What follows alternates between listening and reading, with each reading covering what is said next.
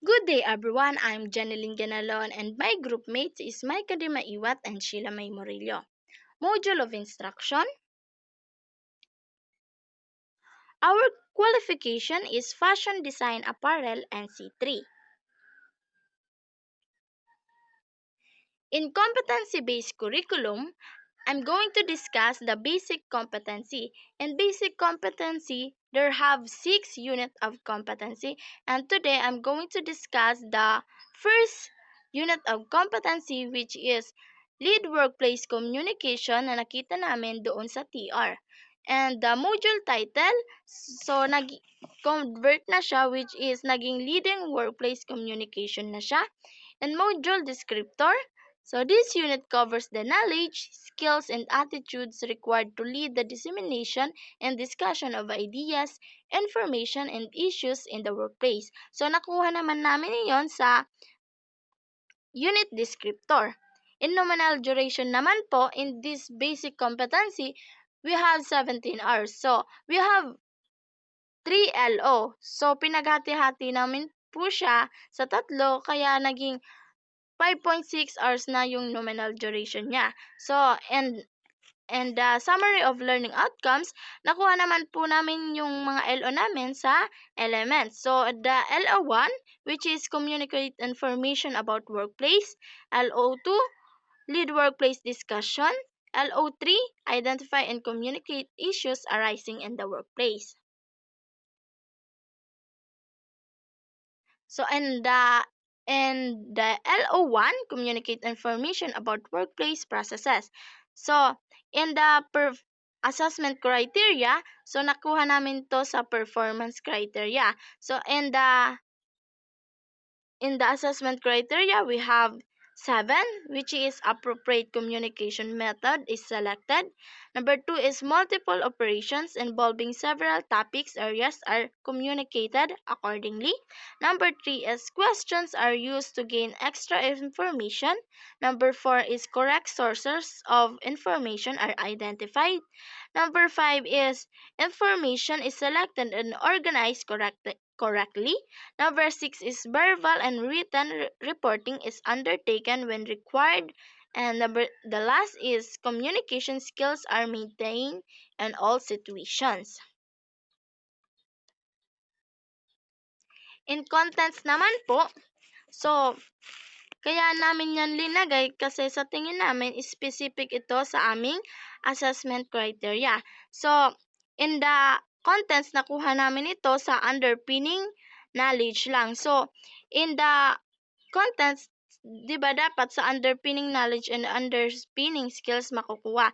So, we have tatlong LO. So, pinaghati lang namin siya.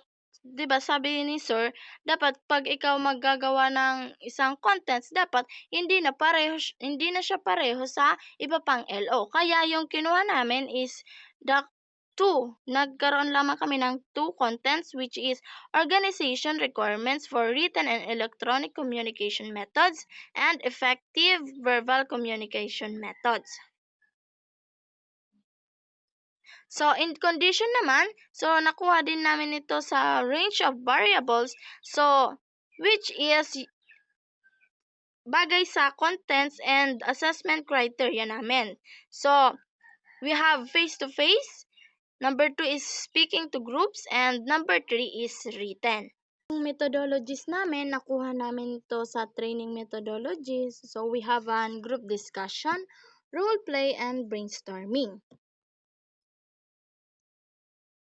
In assessment methods naman, sa institutional assessment approach naman namin yung nakuha, which have an observation and also interviews.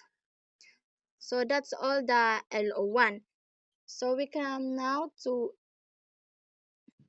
LO2, which is lead workplace discussion. In assessment criteria niya, we have 4, which is response to workplace issues are sought. Response to workplace issues are provided immediately.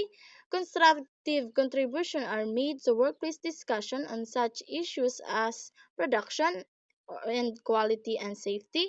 And the last is goals or objectives and action plan undertaken in the workplace are communicated. In the contents, So, nakuha namin yun sa under spinning skill. So, which is have an two. So, the one is organized information and the second is understand and convey intended meaning. So, yun yung linagay namin dahil sa tingin namin specific siya sa aming assessment criteria. So, in the conditions naman, nakuha namin yon sa range of variables. So, in the range of variables, we have methods of communication, which is yung kinuha namin dun sa range is we have five. So, number one is nonverbal gestures. Number two is two-way radio. Number three is speaking to groups. Number four is using telephone. And number five is internet. So, sa tingin naman namin bagay siya sa aming contents, kaya yun yung nilagay namin sa conditions namin na nag-uugnay siya sa contents and also sa aming assessment criteria.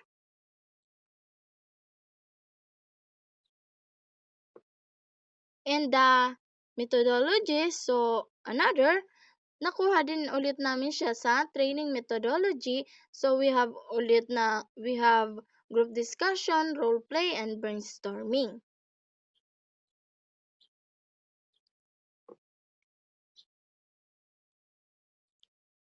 Wait po.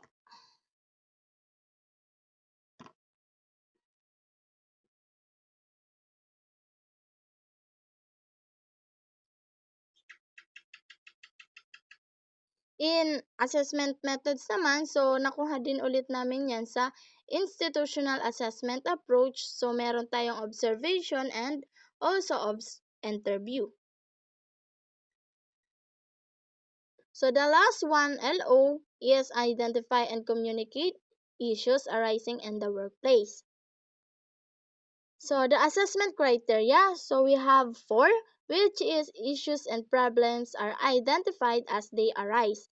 Number two is information regarding problems and issues are organized coherently to ensure clear and effective communications. Number three is dialogue is initiated with appropriate personnel. And number four is communication problems and issues are raised as they arise.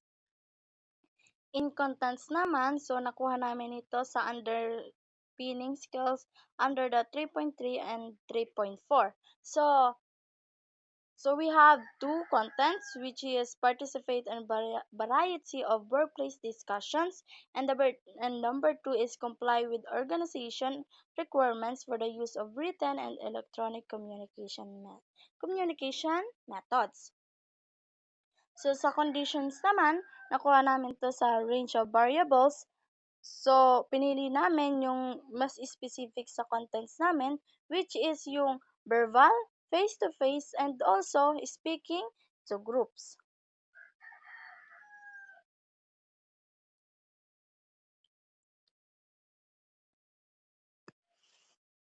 In methodologies naman, nakuha namin ito sa training methodology. So we have group discussion, role play, and also the brainstorming. And in the assessment methods naman, so nakuha namin sa institutional assessment approach, which have an observation and also the interviews. So that's all. Thank you.